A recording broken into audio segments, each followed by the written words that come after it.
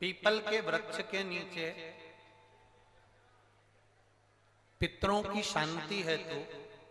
कितने चावल के दाने चढ़ते हैं?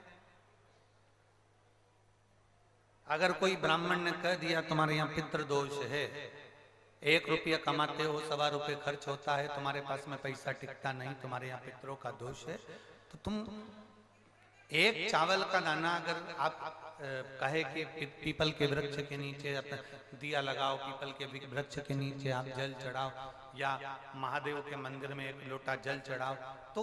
हम कहते हैं ना कि प्रदोष के दिन बेलपत्री का वृक्ष, पीपल का वृक्ष, आंवले का वृक्ष, बड़ का वृक्ष या शंकर का शिवालय, फिर से सुन लेना, पीपल का वृक्ष, बेलपत्र का वृक्ष, आंवले का वृक्ष, बट का वृक्ष या फिर शंकर का, जम के बोलो, शिवालय। शिवालय का मतलब शंकर का मंदिर या शिव।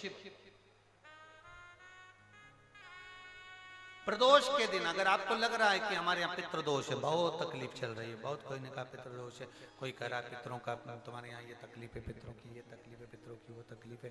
पितरों की ये तकलीफ है, बार बार अगर कोई कह रहा है तो फिर आपको उसमें स्मरण करना पड़ेगा कि हम चावल के कितने दाने भगवान शंकर को समर्पित कर दें कि भोलेनाथ हमारे पितरों को तृप्त कर दें। हम तृप्त नहीं करेंगे, हमारी सामर्थ्यता नहीं है कि हम पितरों को तृप्त कर सकते।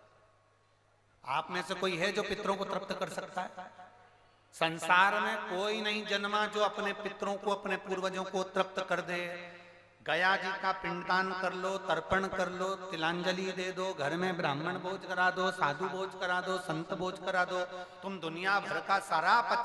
50 काम कर लो, उसके बाद भी तुम पत्री का किसी को दिखाओगे तो वो भी कह देगा तुम्हारे यहाँ, फिर वापिस कहेगा कि पितृ दोष है। अब तुमने अभी इतना अनुष्ठान करा, इतना पिंडदान करा, इतना तर्पण करा, इतनी तिलांजलि करी, इतना सब कुछ करा, इसके बाद वापिस पितृदोष आ गया, फिर वापिस पितृदोष। क्यों? दुनिया में ऐसा कोई नहीं जन्मा जो अपने पितरों को तृप्त कर। आप अपने घर के लोगों को तृप्त नहीं करते, जो जिंदा हैं वो उनको बोलो री भाई, जीजियो सही है कि गलत है? जो जिंदा हैं, माँ बाप अपने बेटे के लिए कितना भी कर ले, कितना भी, आखिरी में एक दिन बेटा कह देता तुमने हमारे लिए क्या करा। बहू के लिए कितना कर लो, आखिरी में बहू कह देगी वो तो जेठानी को ज्यादा करती है, देवरानी को ज्यादा करती है, हमको करती है, अपनी ननद को ज्यादा करती है, बेटी को ज्यादा करती है, बेटी को लगता है कि बहू को ज्यादा करती है, दामाद को लगता है बेटी को ज्यादा करती है, नाती पंती सबको कितना भी कर लो, तुम अपने अड़ोसी पड़ोसी तुम्हारे रिश्तेदारों को तुम कितना भी दे लो, कितना भी कर लो, पर जब ये तृप्त नहीं हुए तो वो बोलो तो कैसे हो जाएगा? अपनी सामर्थ्यता है, अपनी सामर्थ्यता है कि अपन तृप्त कर ले उनको? अपनी कोई सामर्थ्यता नहीं है कि अपन पितरों को तृप्त कर ले, या अपनी सामर्थ्यता के अंतर्गत नहीं, ये अपनी सामर्थ्यता नहीं है कि हम अपने पूर्वजों को, अपने पितरों को तृप्त कर। तृप्त कौन करेगा?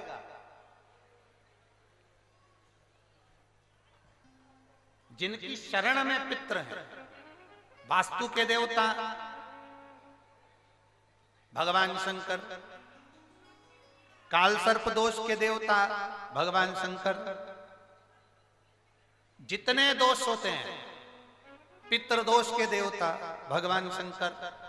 तो हम तृप्त नहीं कर सकते। अगर सतवा तीज, गणगौर तीज, सात हरियाली तीज जो नहीं कर पाते, वो केवल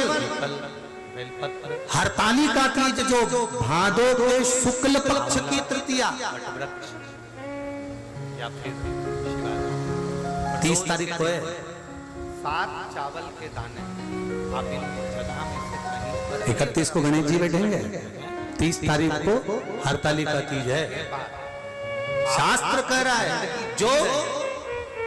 कोई तीज का व्रत नहीं कर पाते। वो सौभाग्यवती नारी, कुंवारी कन्या, नारी, पुरुष, स्त्री अगर तीज का मात्र फुलेरे का दर्शन कर नहीं मिला, अपने व्रत का आनंद पा सकते। अरे भाई, के दिन जितने शिवालय हैं, शंकर के मंदिर हैं, जितने शिव के मंदिर हैं, पंडित जी भले रात को मंदिर में जगे ना जगे, रात भर मंदिर खोल के रखें ना रखें, पर मेरा निवेदन शिव महापुराण के, स्कंद पुराण के संवाद से है कि हरतालिका तीज के दिन प्रत्येक शिव मंदिर में ऊपर जो जलाधारी लगी होती है, उस जलाधारी की जगह फूल पत्ती अवश्य शंकर जी के ऊपर लटकाना चाहिए, शिव जी के ऊपर फुलेरा बांधना चाहिए। उससे क्या होता है, क्या फल मिलता है, उसका क्या लाभ है, वो शिव महापुराण की इस कथा में, हरतालिका शिव महापुराण में वर्णन है कि जो नारी अगर व्रत भी नहीं करती, जो लड़की का विवाह भी नहीं होता, जो बालक का विवाह नहीं होता, किसी कामना से अगर मात्र 7 फुलेरे